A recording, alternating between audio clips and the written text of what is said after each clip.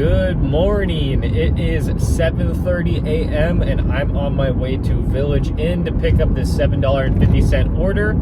This could have a hidden tip just because there's $1 peak pay on right now. I'm pretty excited to get started this early in the morning because I'm trying to hit about $150 before 2 p.m. The first drop off was all right, but I did not get a hidden tip like I thought I would. I am looking for higher payouts, so I turned on Uber Eats and it looks like we got a pretty good one for IHOP. Nice, and now we only have a 6-minute drive to drop it off. I'd love it. This is only going to be like a 12-minute delivery for $10. And I'm really interested to see how the breakfast shift goes. I hardly ever work during breakfast. I feel like it's not going to be as good as lunch, which is not good as dinner, but I guess we're just going to have to find out. All right, there's no way this one drops me off in a good area, right? I mean, I sure hope so, but I couldn't resist. I just saw the number 2 for $20 and I'm like, I'm gonna have to do it. So I accepted it. Don't know if it's a smart decision. I feel like this could either go decently well for me or just horrible. If we're only judging this based off of the quality of restaurant near the drop-off location, I'd say this is horrible. But the one good thing is that it is right next to the freeway, and so I can easily get back to any area I want to be in. Okay, well, I don't know if that was smart or dumb. It only took me like 30 minutes to deliver that from start to finish. So for 30 minutes, $20 is really good. But I mean, obviously I'm not getting any orders in a place with no restaurants. So hopefully I can get something on the way back. Oh yeah, I'm so excited I found something on the way back. This is actually a Starbucks order. I don't think it's gonna be very far from the restaurant to the customer since I did have to drive, I wanna say over 2 miles to get here. So I'm gonna go walk into this restaurant. The drive-through is insanely long. So hopefully that doesn't have any impact on how quickly they're able to get my order ready. That gate right there is an exit only, so I had to hop the fence and then go run to the customer's house. That was pretty crazy. It was like 0.6 miles to drop it off, but I went to the wrong entrance. The other entrance is like a mile away. I would have to backtrack all the way and then go another half mile, and so I just decided to hop the fence. So as far as that long delivery, was it the right decision? Absolutely yes. But it's only because I got a good delivery on the way back. If I did not get a good delivery, it probably would have not been worth it. It probably would have been a horrible decision. Wow. $13.75, right? That's what it is for 1.7 miles. And I just got a notification saying the order was ready for pickup as I was pulling into the parking lot. So let's go see if that's true. All right, here's a warning to all you Grubhub drivers. When you get a notification saying the order is ready for pickup, it probably isn't. It's just frustrating when you like, oh, the order's ready, okay, and then you have to wait in there for like 10 minutes because that's gonna hurt your earnings a lot, and that's why Grubhub just isn't as good as DoorDash or Uber Eats. But I mean, I would love if Grubhub was better because I love their pay transparency. Well, I'm waiting for another huge order, but in the meantime, I took this order for $6.50 from DoorDash. There is no peak pay anymore between 8 a.m. and 10 a.m. Wow, the base pay was so high on that one, I guess. I mean, with a tip of $2. I mean, I can't fault the customer for only tipping that much when they're just right across the street, but people will decline that order a lot until the base pay gets up to $4.50. We are staying in the same parking lot, picking up Bosa Donuts order. I mean, $16 is great. 9 miles, not good, but I mean, I'm jumping hotspots here. I'm only gonna be about like 1 or 2 miles away from a different hotspot. It's actually an area that I'm a lot more familiar with, and so we're just gonna do that. And $16, pretty solid. Actually, when I accepted the order, I got a text saying that the order was ready to pick up.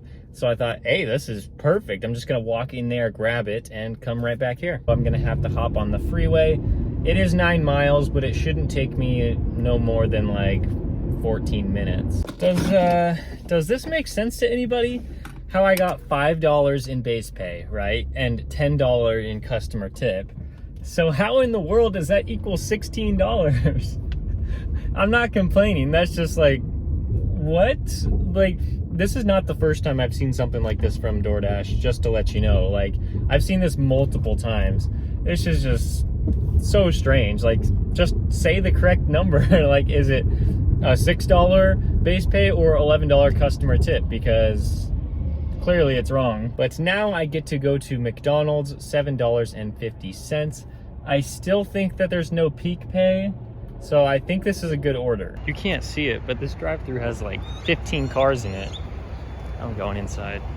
A lot of these restaurants have gotten really good at their in-store pickups. There's just absolutely no reason to wait in that drive-thru, which probably would have taken me at least 10 minutes. When I walked in, the order was ready, and I just immediately took it and walked out the store. Last time I went to Protein House on a Grubhub order, I asked for the customer's name, and they said, oh, we haven't even started making that yet. And I was pretty annoyed, but I'm like, I guess it makes sense because it's Grubhub. So I decided to accept this order when I was still like 5 minutes away from dropping off that DoorDash order. So I guess we'll see. I will still get there before the estimated pickup time. So I guess it's just up in the air. I have a feeling I'm going to be waiting maybe 5 or more minutes. All right, that Protein House order went pretty smooth. The order was ready. I saw the promise time on the ticket, and it was 10:06. I got there at 10:08. Pickup time was actually 10:09 on my app, and so really no issue there. At most, it was waiting for like 2 minutes. I feel like I'm a McDonald's delivery driver. I just picked up another one for Grubhub, and this one, yeah, it's pretty low order on Grubhub, but almost $7, and I mean, it's probably just like a mile away. And it looks like we got an Uber Eats order, a pretty nice one. And so I'm gonna go there after I drop off this McDonald's order. That McDonald's order probably got to the customer like 12 or 13 minutes after they placed it. I think if you're going to order fast food, you should probably do it on Grubhub because they send it to the driver immediately, and then you know, you just get your food really quick. And then I immediately went to Crumble, where I picked up a box of cookies and dropped it off. And that one was also pretty quick. I don't think I was driving to the customer for more than like 7 minutes. Yeah, now I am over $100 at least. I haven't done any calculations yet, so I don't know exactly how much I've made, but it is really nice to know that I've made at least $100 before the lunch shift at 11 o'clock officially starts. Now it looks like we got a short delivery for Panda Express. As long as the order is ready when I get there, this should not take longer than 10 minutes, but of course, it's Grubhub, so you never know if the order's gonna be ready or not. So I picked up over there, you can kind of see Subway. It was in that complex, and I delivered it right here. Very, very quick and easy delivery there. I now picked up this Potbelly order for $12, 6 miles. You know, it's not as good as, you know, delivering across the street, but like it's still really good. Higher payout than I probably would see on Uber Eats and definitely on DoorDash. I walked into the Potbelly and there was a sign that said, "We apologize for being short-staffed," and I was like, oh no, short-staffed and a Grubhub order? I'm gonna have to wait like, I don't know, like at least 10 minutes. I drove 2 miles out of my way for this. But then the order was ready to go. That Potbelly order went so smooth, and I just accepted this Wendy's order for DoorDash.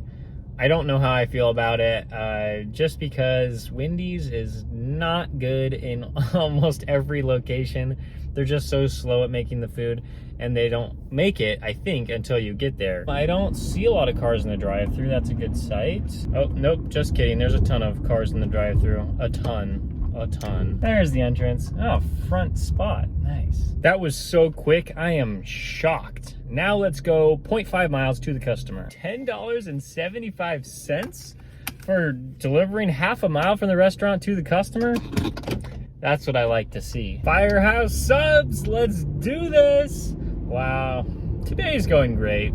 I love Fridays. That Firehouse Subs order is now dropped off. Now I'm at Cheesecake Factory because I got a pretty good DoorDash order. So I will be doing that in about 1 minute, and I already got a text saying that the order was ready. After that Cheesecake Factory order, I got one from Chick-fil-A, and oh my goodness, this drive-thru probably had at least 25 cars in it. The order was ready when I walked in there, so I just picked it up, and now I'm on my way.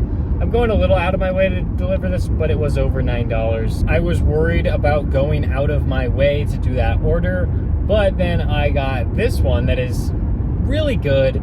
It's probably only about like half a mile from the restaurant. It's back to the same Chick-fil-A, and so like I already have an order that is in that direction, so it's just really nice that I don't have to worry about that. But something I am worried about is getting some gas. I'm gonna have to fill up within the next couple orders. After that second Chick-fil-A order in a row, I picked up a third Chick-fil-A order in a row. Not because this was like such a great order or anything, but it does take care of 3 things actually. Number 1 is I'm getting an order, so that's always good. Number 2, I have to use the restroom, so I can just go in there. And number 3, this is dropping me off like 0.2 of a mile from a gas station, so I can go fill up right there, and then everything will be taken care of, and then I can just deliver for the next hour. Drive-through line is down to like 15 cars. There's no way I'm putting that in the video. Some guy just answered the door, is straight up underwear, no shirt. Oh, whatever. And now I'm at the gas station. As I'm filling up on gas, I thought I should take some time to tell you about Get Upside and Gas Buddy.